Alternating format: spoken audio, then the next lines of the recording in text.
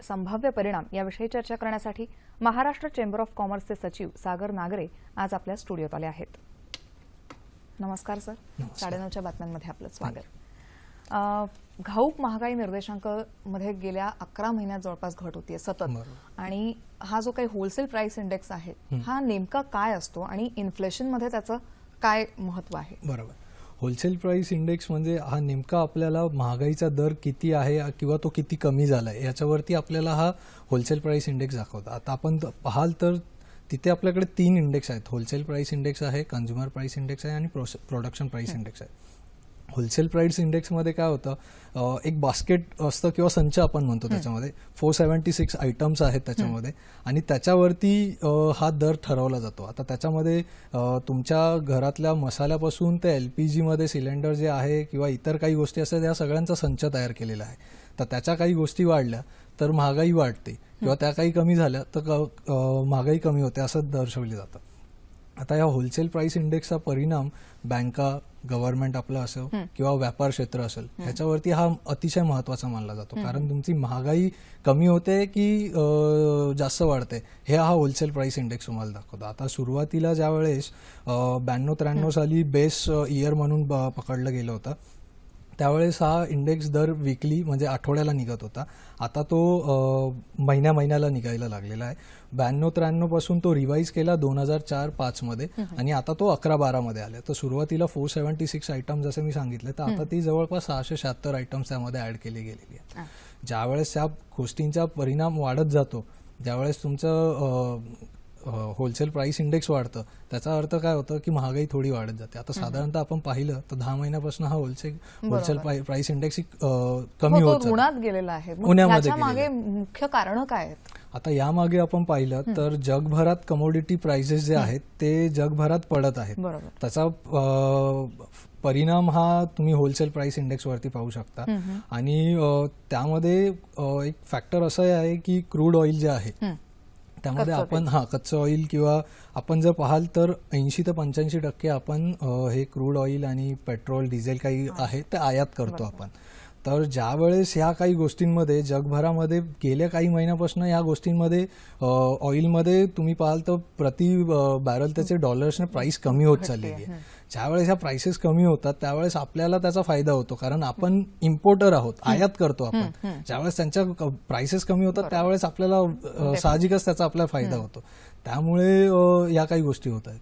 बरोबर. मग हा जो या होलसेल प्राइस इंडेक्सचा स्थूल राष्ट्रीय उत्पादनाशी काय संबंध आहे किंवा त्याच्यावर काय परिणाम संभवतो? बरं, ह्याच्यामध्ये आपण जे बघतो GDP, ग्रॉस डोमेस्टिक प्रोडक्शन, हे पहिलं तर कसं कॅल्क्युलेट केलं जातं, सेल्स मायनस परचेस, जे काही तुमचं होतं व्हॅल्यू ऍडिशन ते तुमचं GDP ठरवतं. आता ह्या GDP वरती कसं होतं, 3 गोष्टी रिलेव्हंट करतात. एक तुमचं इन्फ्लेशन असतं, एक तुमची करन्सी स्ट्रॉंग आहे की वीक आहे ते ठरवलं जातं, त्याच्यावरनं ते ठरतं, आणि तुमची पर्चेसिंग पॉवर किती आहे, कंझ्युमरची पर्चेसिंग पॉवर काय आहे त्याच्यावरती हा GDP ठरवला जातो. ज्यावेळेस तुमचं कंझ्युमरचं पर्चेसिंग पॉवर ही वीक असेल, तर त्याच्यामध्ये मी तुम्हाला उदाहरण द्यायचं गेलं तर इकॉनॉमिक्स जे आहेत द बिग मॅग इंडेक्स म्हणून आहे, त्याच्यामध्ये एक बर्गरचं एक उदाहरण दिले गेलेलं आहे. ज्यावेळेस एका बर्गरची पर डॉलरमध्ये प्राइस पाहायला गेलं तर त्यांनी 24 रुपये सांगितले आणि ती आपल्या इथे $1 जर तुम्ही पाहात तर आज 66 किंवा 67 रुपीज पर्यंत आहे. जर आता ते निर्देशांक असं दाखवतात की $1 24 रुपयाला तुम्हाला मिळायला पाहिजे, ते 66-67 मध्ये होतं. त्यामुळे होलसेल प्राइस इंडेक्स उणे जातोय पण त्याचा सामान्य माणसावरती काही परिणाम दिसत नाही. महागाई वाढलेली अशी दिसते आपल्याला, कारण हे इक्वेशन बरोबर बसत नाहीये तिथे, असं आहे. पण मग हा जो काही WPIचा रेट कमी होत जातोय जसा, तसं मार्केटमध्ये व्याजदरात कपात होईल अशी अपेक्षा वाढत चाललेली, याचं काय संबंध आहे? म्हणजे आता ह्या इंडेक्स जसा कमी होतो त्यावेळेस कसं होतं की व्यापारी उद्योगांचं आणि ह्या उद्योग क्षेत्रामधलं ह्यांचे इक्वेशन्स त्याच्यावरती डिपेंड्स असतात.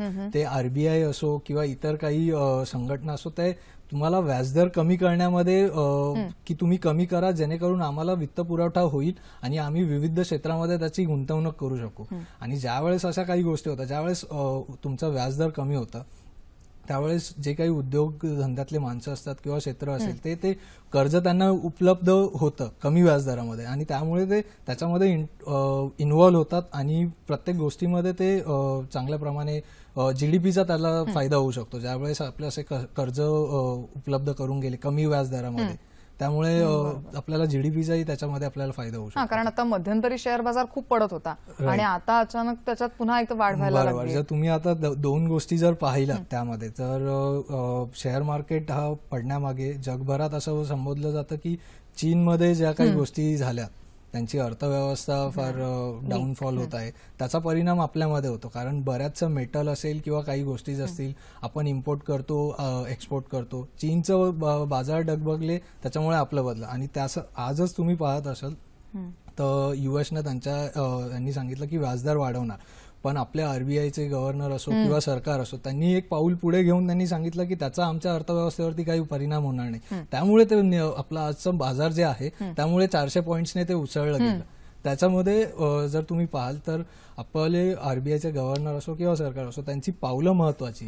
आणि जसंच तुम्ही पाहिलं ईज ऑफ डुईंग बिझनेस असेल, ह्याला जर प्रमोट करत राहिलं तर त्याचा आपल्याला नक्कीच फायदा. सरकारच्या योजना अंमलबजावणी त्या ग्राउंड लेवलला आल्या तर आपल्याला नक्कीच त्यातनं फायदा होईल. बरं, आता तुम्ही मगाशीच म्हणालात की म्हणजे त्याचा थेट सामान्य माणसाच्या जीवनावर तसा काही परिणाम झालेला दिसत नाही, कारण आकडे एक सांगतात आणि वास्तवात मात्र जेव्हा आपण जातो तेव्हा मात्र आपल्या खिशाला झळ बसत असते. तर हे असं कसं नाही? बरोबर. होलसेल प्राइस इंडेक्स आपण याच्यावरती बोलत आहोत. आता मी जसं सुरुवातीला माझं सांगितलं की कंझ्युमर प्राइस इंडेक्स असतं, तर कंझ्युमर प्राइस इंडेक्स हा तुमच्या शेवटच्या माणसाला कंझ्युमरला काय त्याचं प्राइसिंग पडतं त्याच्यावरती हा इंडेक्स ठरवला जातो.